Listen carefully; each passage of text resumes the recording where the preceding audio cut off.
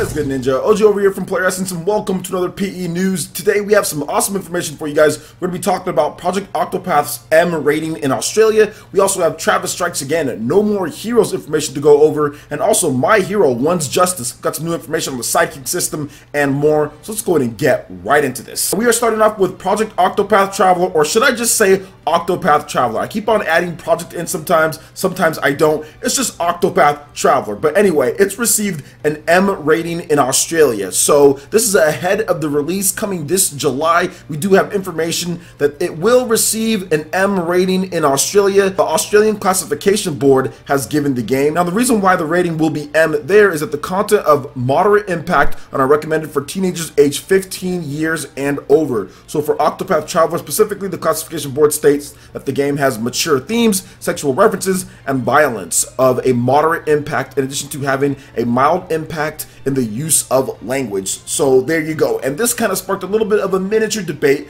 across different forums of people saying that, oh, well, it should have an M because it does this, this, and this, and this. And I've been looking at the game and the game content, and I obviously don't feel that this game should be M when it comes to here in the West. Here in the West. Now in Australia, they have a different form of rating. If it's 15 years in terms of anything, 15 years and older, that is an M rating. That is not the case for the ESRB when it comes to the West. When it comes to, I shouldn't even say the West, when it comes to the United States, the board is a bit different when it comes to it, because we do have a teen rating that goes from, I think, what, 11 or 12 to where you can buy games to 17 or 16, and then you need to be 17 or older to buy mature games. So some people are thinking, okay, well, if the game is going to be mature there, then it's going to be mature here in the United States, and I don't think that's necessarily the case. There's no nudity in this game from what I can understand. Yes, there's some mature themes, but there's mature themes in games like Uncharted where you're mass murdering tons of people, just mowing people down, and there's other types of innuendos and all sorts of stuff in Uncharted, and that has a T rating. So a 13-year-old could go out there and buy Uncharted. And personally for me, in terms of this game having success, I think it's better if the game can get a T rating, even if it has some innuendos and even if it has certain things in certain language.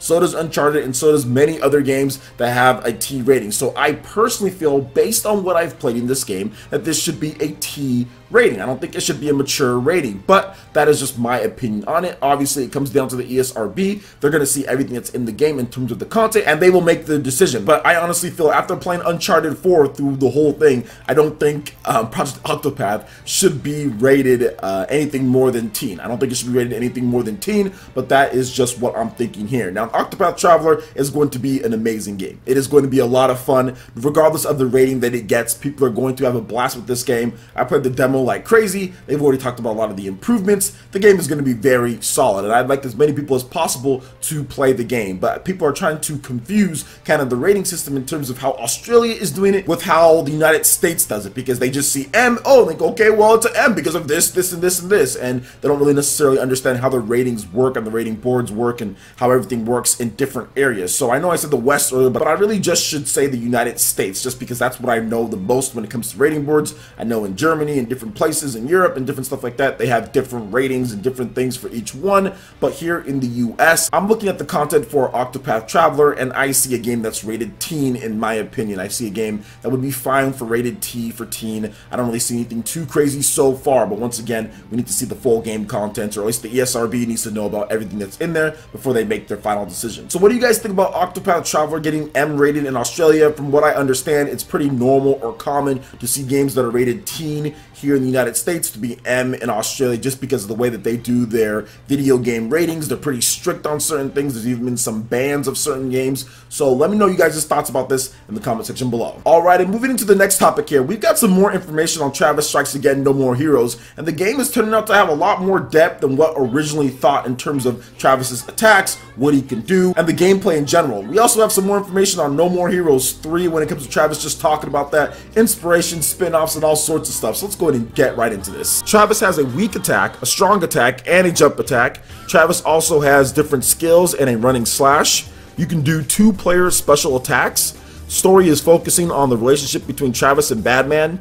Some of the alternate / secret routes in the game will make your path ahead more challenging. Camera style will change depending on where you travel on a level. This includes a cameo from the Silver Case, this game that is. Suda used games like Smash TV as inspiration for Travis Strikes Again. The staff working on the game is about 10 people in total, so this is definitely a smaller end game, guys. Suda still has an idea for a game starring Shinobu, but isn't sure if that would be for No More Heroes 3 or another spin-off. Suda says he'd like to just put Juliet from Lollipop Chainsaw into the game, but he needs permission from Katakawa WB to do so. So those were all the things there, and they talked about what could happen with Shinobu, which was a character from No More Heroes, one of the assassins that you actually faced, but Travis did not kill her because he just had pity on her and did not kill her. I think he chopped off her arm though. She's like the black girl assassin that's in the game. So yeah, I would love a game starring Shinobu, or I think here's what they should do with that. They should take No More Heroes 3 and make it with Travis Touchdown, but also make it to where you can play as Shinobu, to where you can switch off between the two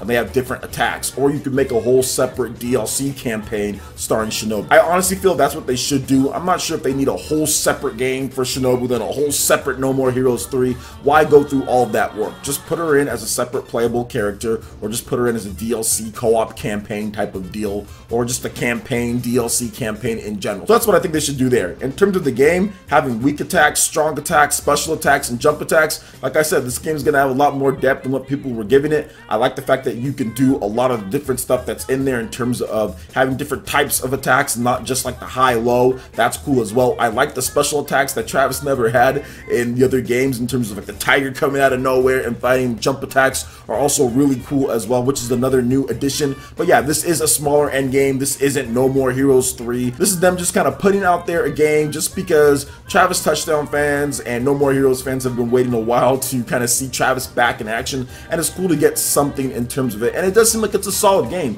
All of the reports and people who played the game out of PAX East said that the game was actually really good, that it had tight controls, great frame rate, and some fun battles ahead. So I'm looking forward to trying it out myself. I know now that it's more of a smaller end game, so I'm going into it with that mindset, but overall I still think that it looks pretty cool in terms of everything that they're trying to do here. So what do you guys think about Travis Strikes Again, No More Heroes? Would you like to see a game starring Shinobu, or would you like to see it to where Shinobu and Travis team up and battle other people? How would you like to see them handle that? And what would you like to see in No More Heroes 3 if they were to make one? Let me know your thoughts in the comment section below. Alright, and moving into the final topic for this video, My Hero One's Justice introduces Tomura Shigaraki and the brand new sidekick system. So Bandai Namco has published another round of information for My Hero One's Justice today. This time we got a nice look at Tomura Shigaraki, the sidekick system, and more. So here's the full breakdown according to Bandai Namco. So the leader of the League of Villains is Tomura Shigaraki. Using his quirk Decay,